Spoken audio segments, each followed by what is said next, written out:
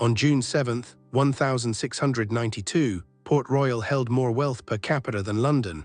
Then the sea decided to take it all back. Port Royal wasn't built by idealists, it was built by people making hard choices under impassable pressure.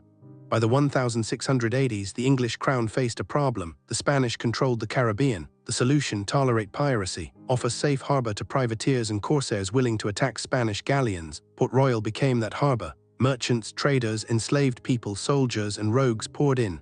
The city had maybe 8,000 residents crammed into a spit of land so narrow you could walk across it in minutes. They knew the risks. They stayed anyway.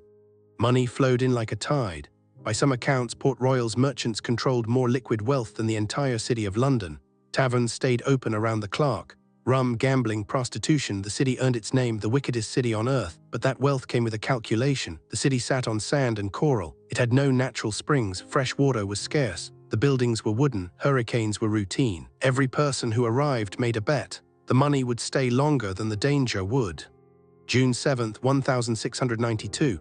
A Tuesday morning, the city was crowded. It was always crowded. Merchants were settling debts, soldiers were drinking, enslaved people were unloading cargo. Nobody knew what the next 3 minutes would bring. Nobody could have. The geological pressure building beneath the Caribbean had been accumulating for centuries. But in Port Royal, that pressure was invisible. Life moved on.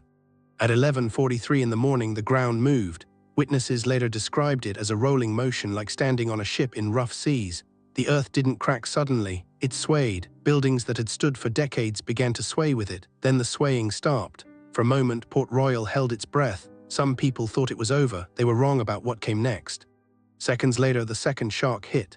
This one was violent enough to snap wooden support beams like kindling, violent enough to liquefy the sandy soil beneath the city. The ground didn't just shake, it turned to liquid. Buildings that had been standing on solid earth suddenly had nothing beneath them. They collapsed, walls folded inward, entire streets sank. The death toll in those first minutes was catastrophic. Estimates range from 1,000 to 3,000 people killed instantly. But the earthquake was only the first decision nature made that day. Minutes after the shaking stopped, the sea responded. The ground collapse had displaced water. The ocean rushed in to fill the void. A tsunami swept across the remaining structures. Witnesses who survived described a wall of water, dark and churning, that swallowed what the earthquake had left standing. Ships in the harbor were torn from their moorings. Some were driven inland, beached on what used to be streets. 6 hours later, fires began. Broken cooking fires, spilled lantern oil, and the friction of debris created flames that raced through the wreckage. The survivors who'd made it through the earthquake and the tsunami now faced a third catastrophe. The city was burning. Fresh water, already scarce, was now impossible to access. The fire spread for hours. By evening, Port Royal wasn't just damaged, it was erased. The survivors faced a choice. Some fled Jamaica entirely, others tried to rebuild, but nature had made its position clear. Port Royal's location, the very feature that made it valuable, was a liability. It sat on unstable ground, it was vulnerable to the sea. Over the following weeks, aftershocks continued. Over the following years, hurricanes returned. The city that had been the economic engine of the Caribbean began to slip beneath the waves, literally. By the 1700s, Port Royal had become a ghost town. The wealthy merchants had moved to Kingston, a safer harbor just across the bay. The rogues and pirates had scattered. The taverns were silent. What remained was a slow, relentless sinking.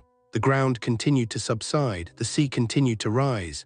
By the 1800s, most of the city was underwater. Buildings that once held markets and treasure were now coral-covered ruins in 40 feet of water. The cost of Port Royal's collapse was staggering. Roughly 2,000 lives lost in the initial disaster. Hundreds of millions of pounds in wealth, in today's money, destroyed in minutes. The pirate economy of the Caribbean was disrupted. Insurance as an industry was fundamentally changed by the event. Architects and engineers began to question coastal building practices. One earthquake, one tsunami, one fire. 3 decisions made by nature in a single morning. And one city's entire future was rewritten. What makes Port Royal's story so compelling isn't just the spectacle of its destruction. It's that every person who lived there made a calculation. They knew the risks. They weighed them against the rewards. They chose to stay, and they were right until they weren't. The sea doesn't negotiate. It doesn't offer second chances. It makes decisions based on forces that operate on timescales humans can't perceive until it's too late. Today, Port Royal's ruins sit beneath the Jamaican Sea. Archaeologists dive there regularly, documenting what remains. They find pottery, coins, anchors, and bones.